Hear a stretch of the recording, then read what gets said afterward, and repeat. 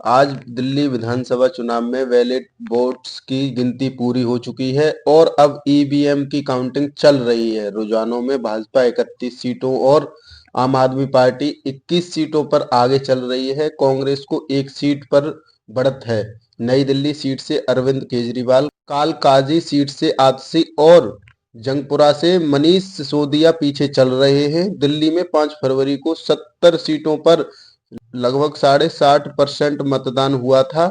14 exit poll आए, उसमें 12 में भाजपा और 2 में केजरीवाल की सरकार बनने का अनुमान जताया गया था। काउंटिंग से कुछ देर पहले दिल्ली की मुख्यमंत्री और कालकाजी से आम आदमी पार्टी के कैंडिडेट आतिशी ने कहा, यह सामान्य चुनाव नहीं है, ये अच्छे और बुरे के बीच की लड़ाई है। दिल्ली की जनता आम आदमी पार्टी और केजरीवाल के साथ खड़ी है। केजरीवाल चौथी बार मुख्यमंत्री बनेंगे।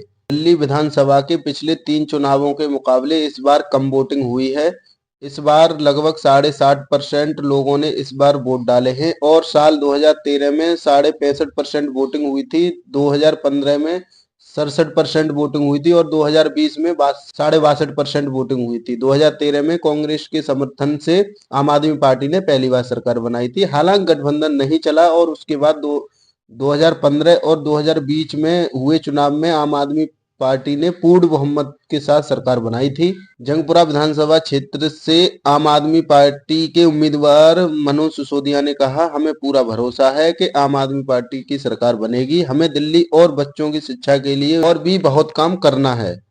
ग्रेटर कैलाश विधानसभा सीट से भाजपा उम्मीदवार शिखा राय ने दिल्ली विधानसभा चुनाव परिणाम आने से पहले कालकाजी मंदिर में जाकर पूजा अर्चना की। कांग्रेस उम्मीदवार अलका लामा ने भी कालकाजी के दर्शन किए। दिल्ली की मुख्य निर्वाचन अधिकारी सीईओ एलेक्स वाज ने कहा कि काउंटिंग मॉनिटरिंग करने के लिए 5,000 लोगों की टीम तैनात की गई है। साफ सुथरे काउंटिंग प्रोसेस के लिए प्रत्येक विधानसभा क्षेत्र में 5 voter verifiable paper audit trails का रैंडम रिलेक्शन किया जाएगा। कांग्रेस नेता और दिल्ली की पूर्व मुख्यमंत्री शीला दीक्षित की बेटी ललिता दीक्षित ने कहा, हमने चुनाव प्रचार के दौरान देखा कि आज भी शीला दीक्षित दिल्ली के हर घर में जिंदा हैं। ये उनका परिवार था जिसकी उन्होंने 15 साल देखभाल की। हमें पता चला है कि अभी भी जो सीएम हैं वो पिछले 10 साल में लोगों की विधानसभा तक में नहीं गए। सड़कों की हालत खराब है, न पानी है और न बिजली है। अगर सेंट्रल दिल्ली की ये हालत है तो बाहरी दिल्ली का क्या हाल होगा। इसी बीच एक सूचना आ रही है, काबल नगर सीट से भाजपा के कपिल शर्मा आगे चल रहे हैं। इस समय आम आदमी पार्टी 26 सीटों पे आगे चल रही है और बीजेपी उस जगह 37 सीटों से आगे चल रही है। कांग्रेस को 1 सीट मिली है। इस समय अरविंद केजरीवाल और मनोज सिसोदिया, आतिशी मारलेना, ये आम आदमी पार्टी के ही कैंडिडेट हैं। ये तीनों पीछे चल रहे हैं और इसी बीच आम आदमी पार्टी को 27 सीट से आगे चल रही है, बीजेपी 37 सीट से आगे चल रही है और कांग्रेस यहाँ 1 सीट से आगे चल रही है। दोस्तों, आज दिल्ली के नतीजे आ रहे हैं। एग्जिट पोल कह रहे हैं दिल्ली में बीजेपी जीतेगी। आम आदमी पार्टी का दावा है कि दिल्ली में एक बार फिर उनकी सरकार बन रही है।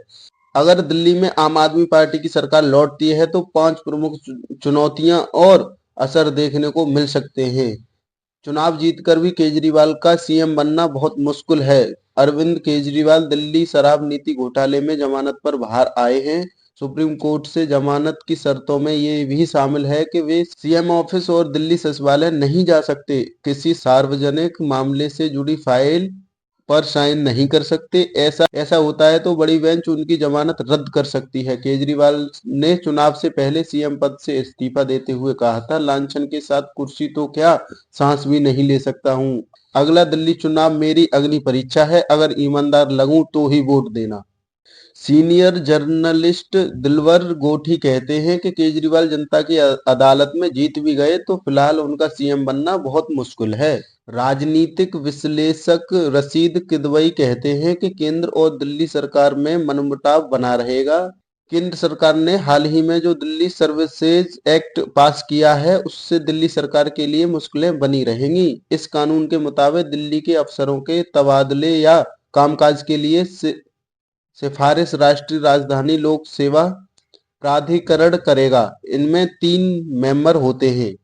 दिल्ली में बीजेपी की सरकार बनती है तो केजरीवाल को बहुत मुसीबतों का सामना करना पड़ेगा। दोस्तों, आपकी इसमें क्या राय है, किसकी सरकार बनेगी? हमें कमेंट बॉक्स में जरूर बताएं। मिलेंगे अगली वीडियो में, जब तक के लिए जय हिंद।